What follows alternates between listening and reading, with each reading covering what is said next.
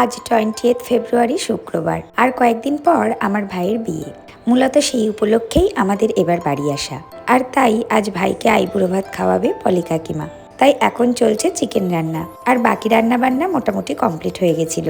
তো কাকিমা আমাকে ডেকেছিল ভাইয়ের থালাতে রাইসটা গুছিয়ে দেওয়ার জন্য।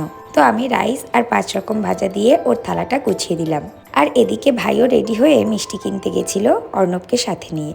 তো আজ ওর সাথে আমাদেরও মানে আমি, অর্ণব আর সব ভাইদেরকেও নিমন্ত্রণ করেছিল কাকিমা। তাই সোনা পাপাকে ঘুম পাড়িয়ে আমরা সবাই মিলে চলে এসেছিলাম কাকিমাদের এখানে। ততক্ষণে কাকিমাও সব খাবারগুলো সুন্দর করে সাজিয়ে গুছিয়ে দিয়েছিল।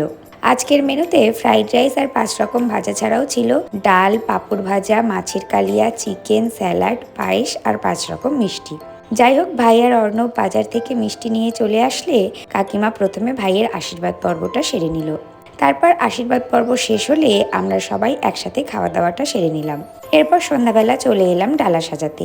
অন্তরা আর দিশাও এসেছিল। আজ থেকেই শুরু করলাম ভাইয়ের বিয়ের ডালা সাজানো। আমি আগে থেকেই লিস্ট দেখে প্রণামীর জিনিসগুলো ডালাতে রেখেছিলাম, আর ওরা সেগুলোর কয়েকটা সুন্দর করে সাজিয়ে গুছিয়ে পুরো কমপ্লিট করেছিল আজ। আর এদিকে আমাদের পাখু সব ছিঁড়ে ফেলার তালে ব্যস্ত ছিল। তবে এরপর থেকে প্রতিদিন একটু একটু করে সবাই মিলে আমরা ডালাগুলো রেডি করতে থাকি।